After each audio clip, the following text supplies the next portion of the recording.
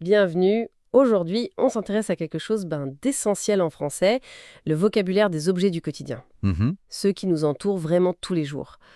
Et pour explorer ça, on va s'appuyer sur un guide d'apprentissage, le matériel d'Easy French, épisode 5, qui est fait pour ça. Oui. L'idée, c'est simple. Comment on nomme ce qu'on voit, ce qu'on touche, pour pouvoir décrire son environnement, poser des questions toutes bêtes, C'est ça, et puis mieux suivre les conversations. C'est un peu la base pour se sentir plus à l'aise en français. tout à fait. Alors, allons voir ce que cette exploration nous apprend sur ces mots de tous les jours. Et justement, ce guide, il met tout de suite le doigt sur un point crucial du français, et qui est souvent un petit casse-tête, il faut bien le dire, pour ceux qui apprennent. Ah oui, lequel? Le genre grammatical, masculin, féminin, chaque objet a le sien, et la logique n'est pas toujours évidente. C'est vrai. Ce qui est fascinant ici, c'est que ce n'est pas juste une règle de grammaire, abstraite. Ça change vraiment la façon dont on parle au quotidien. D'accord. Et le guide, il insiste sur une astuce clé. Ne jamais apprendre un nom tout seul. Ah, Toujours avec son petit compagnon, l'article un ou une. C'est vraiment, disons, la première étape pour éviter pas mal d'erreurs. d'accord, c'est noté. Un ou une. Pour avancer de manière un peu structurée, on va suivre les catégories qu'il propose. Oui. On va regarder les objets de la maison, puis ceux de l'école ou du bureau. Mhm. Ensuite, on parlera des objets personnels, ceux qu'on trimballe partout. Oui. Petit tour par la cuisine et on finira avec la technologie qui est partout maintenant. Logique. L'objectif, c'est de décortiquer ça de façon vivante et utile surtout. Parfait. Alors, commençons par la maison, les grands classiques, une table, une chaise, un lit, une lampe, un canapé. Oui. On a aussi une fenêtre, une porte, un tapis, une armoire. Bon, les meubles, les objets de base, quoi. Les fondamentaux. Le matériel donne des exemples tout simples, genre la table est dans la cuisine, Mhm. ou le canapé est dans le salon. Ça peut paraître évident, mais bon, savoir nommer ça correctement, c'est la première étape pour décrire où on vit. Exactement. Et si on prend l'exemple de un lit, Oui, le guide signale l'erreur type, dire la lit. ah oui, fréquent. Très fréquent. Non, c'est le lit, non masculin. Et ça illustre parfaitement pourquoi il faut graver un lit ou le lit dans sa tête, dès le départ. D'accord. Et au-delà du genre, ces mots, ils s'utilisent dans des phrases très pratiques. On dort dans un lit, on s'assoit sur une chaise. On met quelque chose sur la table. Voilà. Associer le mot à son usage, ça aide aussi beaucoup à le retenir. Bonne remarque, oui, l'usage concret. Alors passons à l'école ou au bureau. Là, c'est d'autres objets qu'on manipule. Mhm. Un livre, un cahier, un stylo, un crayon. Il y a aussi une gomme, une règle. Les outils de travail. C'est ça. Et l'indispensable sac, qui devient parfois cartable pour les plus jeunes. Oui, Sans oublier, bien sûr, l'omniprésent ordinateur. Les exemples comme « j'écris dans mon cahier avec un stylo », ça montre bien comment on s'en sert. et pour ordinateur, c'est intéressant. C'est un mot, plus récent que livre ou stylo. Oui, forcément. Mais la langue l'a adopté et lui a donné un genre, masculin, un ordinateur. Donc apprendre un ordinateur, ça évite de se poser la question plus tard. Logique. Ça montre bien comment la langue, même face aux nouveautés, elle garde ses structures, comme le genre. Et on dit bien un ordinateur portable, d'ailleurs. L'adjectif s'accorde. Très juste. Alors, après le bureau, pensons à ce qu'on a souvent sur soi, nos objets personnels. Ah oui. Le guide liste les incontournables. Un téléphone, ou téléphone portable, on dit les deux. Oui. Des clés, souvent au pluriel, c'est vrai. Mhm. Une montre, des lunettes, là aussi souvent pluriel, un portefeuille et un sac à dos. Que des choses vitales. C'est ça. Ces mots sont vraiment au cœur de nos échanges quotidiens. On imagine bien dire « j'ai perdu mes clés Classique. » ou « mon téléphone n'a plus de batterie Exactement. Et la phrase exemple « nous utilisons nos téléphones tous les jours » qu'on trouve dans le matériel, » Oui, elle est très parlante. Elle ancre ce vocabulaire dans notre réalité. Là, maintenant. Ce ne sont pas juste des mots à mémoriser. non, Ce sont les objets de notre quotidien qu'il faut pouvoir nommer. Maîtriser clés, montres, portefeuille, c'est pouvoir gérer des petites situations de tous les jours en français. absolument. Allez, petit tour dans la cuisine maintenant. Miam. Pour manger, pour boire. Le vocabulaire de base, ça inclut une assiette, un verre, une tasse, Mhm. une fourchette, un couteau, une cuillère et aussi une bouteille. Des phrases comme « je bois dans un verre » Oui. ou « il faut une fourchette et un couteau pour manger ça ».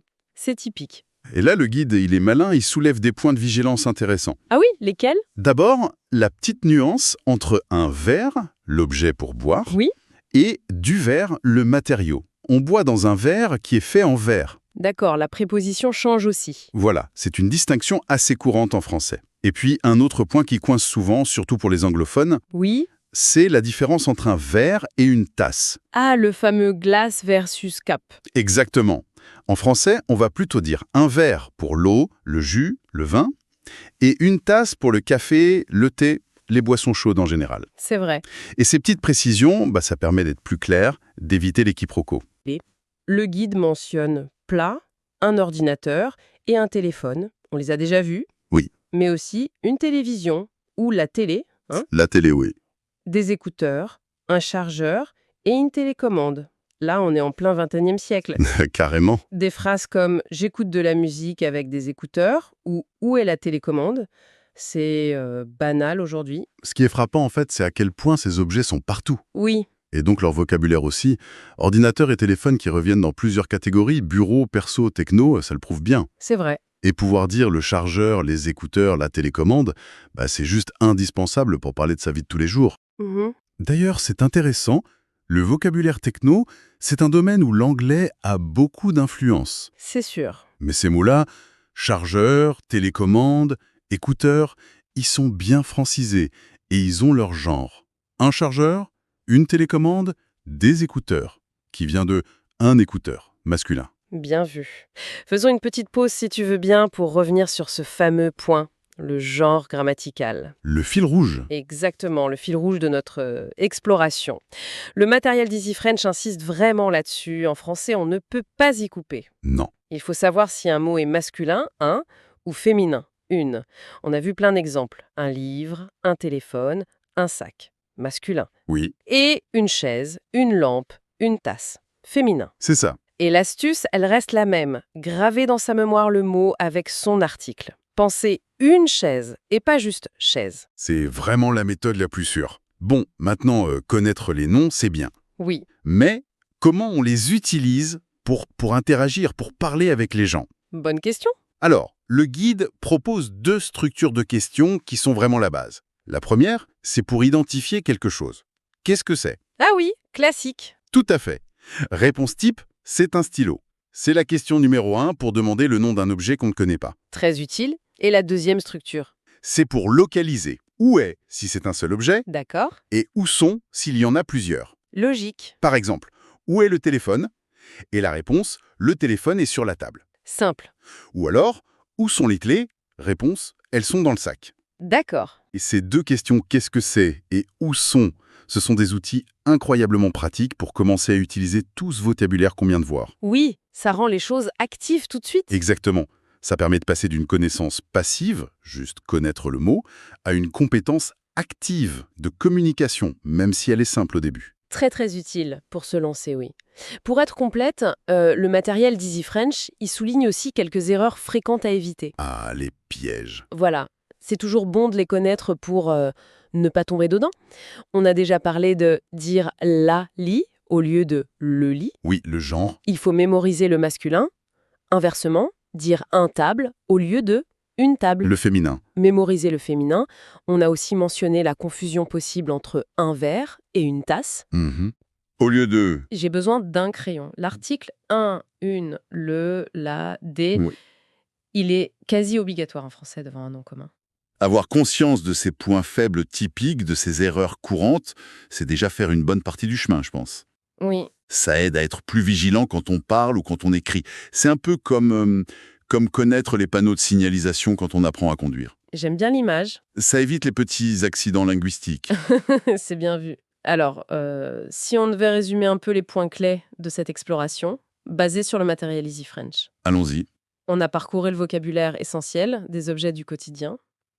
On les a classés par domaine, maison, travail, perso, cuisine, techno.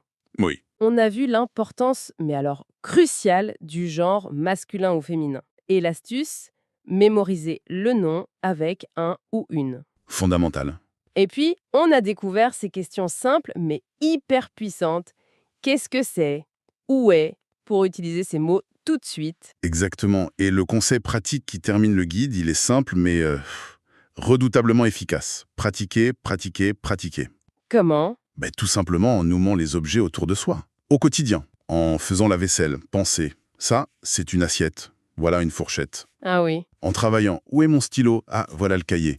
Transformer son environnement en terrain de jeu linguistique, en fait. J'aime bien l'idée du terrain de jeu. C'est une façon très naturelle et continue d'ancrer ce vocabulaire. Au lieu d'apprendre des listes un peu abstraites, Oui. on associe les mots aux objets réels. Et ça, pour la mémoire à long terme, c'est bien plus efficace. C'est un excellent réflexe à prendre, c'est sûr. Juste pour info, le matériel Easy French annonce ensuite une leçon sur comment décrire les personnes, mais bon, ça c'est une autre histoire, hein. D'accord. Mais pour finir sur nos objets du quotidien, peut-être une petite piste de réflexion. Je t'écoute? Ces objets, une table, une chaise, un verre, bon, ils existent partout dans le monde. Oui, bien sûr.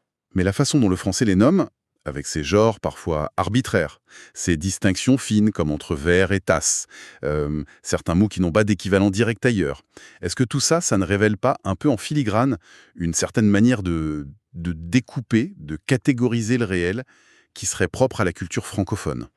C'est intéressant comme question. On pourrait se demander par exemple si la façon dont ces objets sont décrits ou mis en scène dans les films français, les romans ou même la publicité, si ça nous en apprend pas un peu plus sur ce rapport culturel au monde matériel. Ça va plus loin que juste apprendre des mots, effectivement. Voilà, ça dépasse la simple mémorisation, mais ça peut rendre l'apprentissage peut-être encore plus passionnant.